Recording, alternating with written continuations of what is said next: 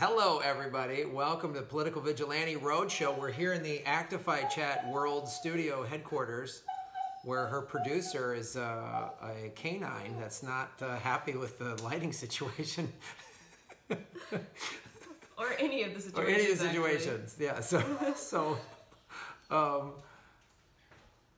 we'll deal with that commentary. So I'm here with Amanda Cummings from Actify Chat. Thank you for letting us do this. We're in beautiful Nashville. Ron and I just did the show last night at the Zanies. The first stop on the second leg of the Progressive Comedy Tour was really cool. It was awesome. The people that came out and having a lot of progressives under one roof. Yeah, rare. Yeah. We all live alone in our little, I don't know. Isolated bubbles. Yeah, we all are in our isolation chambers, scattered throughout the world. But let's talk about, so yesterday, Trump signed an executive order stating that he is not going to separate families. Right. He's still going to detain them, and what Trump is doing is I don't like it. It's awful. For me, what bothers me the most, well, not the most, there's a lot of things that bother me, but is that some people are acting as though none of this was happening prior to him becoming president, right? So like Obama was, he deported 2 million people. Some of these detention centers, you were saying, were opened by him. Right, so he was the one that kind of contracted, or his administration contracted with these private companies to help build these detention centers specifically for children, due to the fact that there was a large influx. I don't remember what year it was, but sometime under his administration there was a large influx of unaccompanied minors crossing the border, and coming in without documentation. So he had those facilities commissioned. Now some of them had subsequently shut down. I think there's that infamous photograph of the kid lying down on the floor with the kind of chain link fence gate, in front of that, just on his belly. Mm-hmm. That center had definitely shut down. Mm-hmm. And now I don't know if they've reopened or anything like that, but yes, this was kind of setting the stage for, I guess, the Trump policy of separating the families, because that was actually not a policy under Obama. There is no law for that. Right. To take place. Well, that's what's so interesting to me is, and I think it's like, whatever the issue, Trump is just the most vulgar, ridiculous version of it. Yeah. Like, he just does the most offensive version of what's been happening. So like, what was going on in Syria, a thing that he was publicly against when Obama was in office. Mm-hmm. He's just more egregious with it, you know? I think it's kind of getting to this point where it's like, I don't know if it's intentional or not, but it ends up being like, well, it's so extreme that if he goes back to where Obama was, whew, that's a lot better.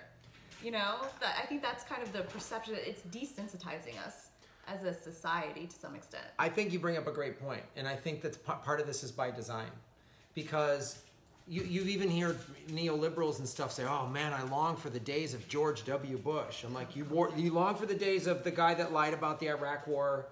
Anyone that went to Iraq and died or came back with PTSD or any sort of injury, that was George Bush did that, right? And we're all supposed to be like, and I think that's what has been happening in America, especially for the last 4 decades, is we've been pushed so far to the right that coming back to like way right of center feels like this, like, oh wow, we're this hippie commune, right? And it's so preposterous that we have to even, that's how bad it is. And I think, for me at least, I have to, I'm not excusing any of the awfulness of Trump and the Republican Party, but I have to put the onus on the Democrats for letting this happen. They've taken us to the center and to the right. Well, they were never left to begin with, right? Like, I'm under the impression that at some point they ended up, like, the GOP ended up infiltrating the Democratic Party. That used to be actually more leftist in nature, and then that's where they started this whole neoliberalism reform, And you've got the whole Clinton era that was just basically a replication of Reagan politics, essentially, and Reagan financial policy, if any, or economic policy, if anything else. And so it did push everybody to the right, to where people were decrying Obama as being a fucking socialist. Right. You know, and so if that's in the brains of the majority of the people, that's socialism versus, I guess, Trumpism. It's so preposterous. I don't know. Maybe it was the Republican Party. But I think it was just the corporate state. I think the corporations just went, okay, how do we? Because I remember seeing an interview with Ralph Nader. I think it was on Abby Martin's show, and he was talking about how easy it was for him. You know, when he wrote "Unsafe at Any Speed," to like, oh, in the late '60s, automobiles were not safe. He went to Congress and the Senate, and he got bills passed, and he had to do a lot of fighting, but he made it happen. And he said, now I'm not even there's not even an entry point to do anything, because the politicians on both sides have been so bought out, like, that this happens. And going back to the immigration issue, it's the private prison industry has got their hand in this. They've got to be loving this. Oh, now we can lock up kids and indefinitely too. Indefinitely. I mean, because immigrants don't necessarily have the same rights as American citizens. They should, right? They're on American soil. The rights that we have should transfer to them as well. But they can have indefinite detention. I think there was some sort of Supreme Court ruling a bit ago under the Obama administration about indefinite detention. Right. Of undocumented people. It's yeah, and it's bad. And we have slavery is legal in the United States too, if you are imprisoned. So it's a great workforce. Yeah. In that regard, and I would not put it past anybody, and especially these private prisons that want to make additional money, to start having some sort of industry or manufacturing coming from these undocumented prisoners now. You know. It's funny, I've seen a lot of posts about people saying, you know, anyone who's like, oh, I can't believe this is happening in America. And they're like, really? The Native American genocide, the slavery, you know, like, we've been separating kids from their families for centuries. Yeah. Japanese internment camps. I mean, it's unreal. And it just keeps getting, like, more accepted, like you say, we're more desensitized to it. So let me, to sort of wrap this up, or what do you think needs to be done, or as you're seeing people sort of resist this, are you finding any, like, positive from this, or? Honestly, I don't know what can be done, just because people are in group thinking right now. And that's really hard to break away from. I mean, that's kind of why everybody justified those past atrocities too, and also current ones. You know, well, you know, everybody around me was doing it, so I just accepted it. Right. And again, the desensitization process, and then the dehumanization of another person that you can't possibly relate with.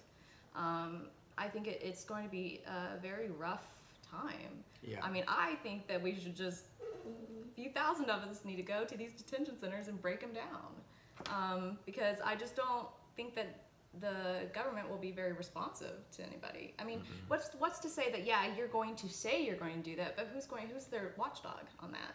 Who's going to make sure that there's some oversight? Oh, there's no oversight. They can do whatever they want. I mean, look what happened. I mean, like, Abu Ghraib, I mean, like, it's on down the line. And all of the black sites, the CIA black sites that have happened, and now they're just going to do this with immigrants and immigrant kids. It's just horrifying. So, yeah, I'd like to see, I'm glad at least, while, we're getting some producer notes. I'm glad at least that a lot of people are speaking out and saying this is wrong, and obviously enough pressure was put on Trump for him to even sign this executive order, which is very much a Band-Aid on a shotgun wound. Right. But it's nothing to celebrate by any means. No stretch of the imagination at all. We need complete immigration. It's like everything. We need complete immigration reform. We need complete gun reform. We need election reform. Like, everything is so broken and corrupt and fueled by the corporate state. Well, it's got to start with campaign finance reform. That should be the first reformation that we could possibly do, because until money's out of the picture, they're just not going to, they have no incentive to actually abide by the people's will. Yeah.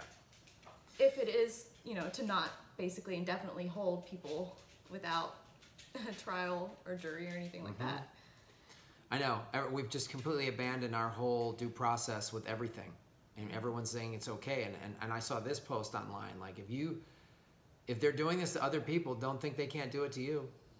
They could if they want. They could bust through the store right now and say, this is treason. We're speaking against the state, and lock us up. Yeah. Put us in a detention center, you know? Absolutely. So, thanks for watching. Yeah. Enjoy that. I hope that really made your day and your outlook very positive. Just know you could be arrested today, so have a great day. And I'm drinking a green tea, and it's delightful. There you go. Well, the little things, right? Thank you, Amanda, for being on the show. Thank you guys all. Please like and subscribe, share these videos, go to the Patreon. It's all in the links below, and check out Actify Chat. It's a really cool show. Brilliant.